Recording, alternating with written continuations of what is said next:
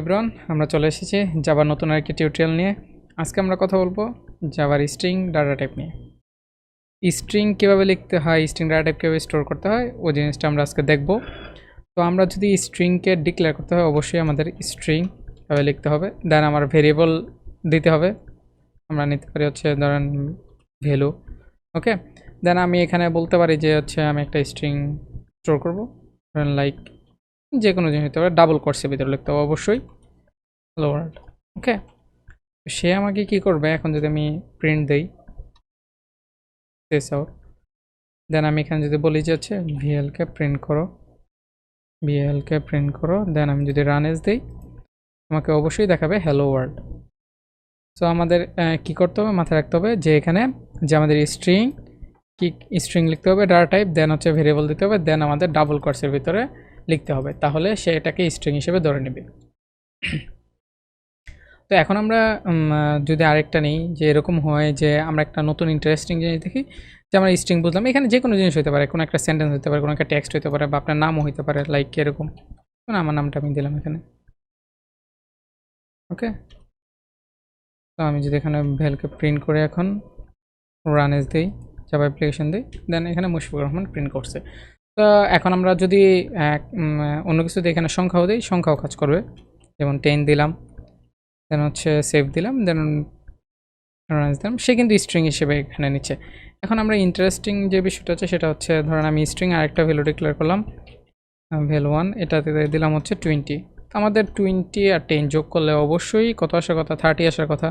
আমরা এখানে যোগ করে দেখি যে ভ্যাল 1, ওকে। দেন সেভ দিলাম, রান করলাম, কত আসার কথা, অবশ্যই 30, বাট এটা আসবে না। আমাদের কি করবে, 10 20, সে কিন্তু যোগ করে না, এখানে কনক্যাটেনেট করছে। অবশ্যই মাথায় রাখবেন, এই প্লাস অপারেটরটা যদি স্ট্রিংয়ের সাথে কাজ করে, অবশ্যই সে এটাকে কনক্যাটেনেট অপারেটর হিসেবে কাজ করে, মানে কনক্যাটেনেট করে দেয়। আর যদি আমরা কোনো ইন্টিজার বা ফ্লোট বা ডবল টাইপের সাথে কাজ করে, তখন সে এটাকে কি করে, আমাদের মানে এডিশন যেই কাজ করে, তখন আমাদের এডিশন হিসেবে কাজ করে এটা, ঠিক আছে, যোগের কাজ করে। আর এখন যেটা করতেছে সে হচ্ছে সংযুক্ত করার কাজ করতেছে, একটা যোগের কাজ করে, একটা সংযুক্ত করার কাজ করে। স্ট্রিংয়ের সাথে থাকলে অবশ্যই সে সংযুক্ত করার কাজ করবে, অথবা যদি আমরা ডাবল ফ্লোট বা ইন্টিজারের সাথে দিই, সে হচ্ছে যোগ করার কাজটা করবে। তো এখানে আমরা যদি দেখি যে স্ট্রিং ভ্যালু আমি যেটা নিচ্ছি ভ্যালু 10, আগে নিচ্ছি 20, কিন্তু সে হচ্ছে সংযুক্ত করতেছে। এখন যদি আমরা এখানে 10 দিই, শুধু কাজ করার কথা, অবশ্যই না, স্ট্রিংয়ে অবশ্যই ডাবল কোটসের ভিতরে হতে হবে, নাহলে এরর দিব। এখন যদি আমরা রান করি, আমরা অবশ্যই ক্র্যাশ করবে আমাদের অ্যাপ্লিকেশন ক্র্যাশ করছে, ঠিক আছে।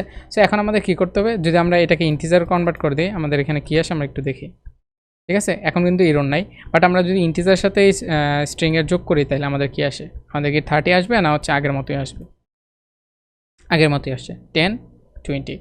একটা জিনিস মাথায় রাখতে হবে, আমরা যখন কোনো ইন্টিজারকে কোনো স্ট্রিংয়ের সাথে যোগ করা ট্রাই করি, তখনও সে কী করবে, এটাকে স্ট্রিংয়ে কনভার্ট করে নেবে, যে ইন্টিজারটা থাকবে ওটাকে স্ট্রিংয়ে কনভার্ট করে সে সংযুক্ত করে দেবে। কোনো স্ট্রিং সাথে থাকলে সে সংযুক্ত করে দেবে, যোগ করবে না, বুঝতে পারছেন।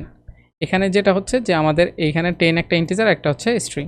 সো সে 10 আর 20 যদি আমি প্লাস আইকন দিয়ে যোগ করতে চাই, তখন আমাদের কি করে, সে সংযুক্ত করে দেয়, যোগ করে না। বাট আমাদের যদি এটাও ইন্টিজার দিত, তখন সে 30 দিত। এখন কী করছে, 10 আর 20 যদি আমি যোগ করি, সে এখানে আমাদের কি দিচ্ছে, 30 দিচ্ছে, ঠিক আছে, 30 দিচ্ছে না, সরি, 10 এবং 20 দিচ্ছে। সো এটা আমাদের মাথায় রাখতে হবে, যে আমাদের কোনো ইন্টিজার বা ফ্লোট বা ডাবল কোনো কিছুর সাথে যদি আমি এই স্ট্রিংয়ের কোনো কিছু যোগ করতে চাই, তখন সে এটাকে যোগ করে না, আসলে সংযুক্ত করে দেয়, মানে কনক্যাটেনেট করে দেয়। আশা করি আপনারা এটা বুঝতে পারছেন। তো আজকের টপিক এতটুকু পর্যন্তই। ইনশাল্লাহ নেক্সট ক্লাসে সব কিছু নিয়ে আরও বিস্তারিত কথা হবে। আসসালামু আলাইকুম এভরিওয়ান।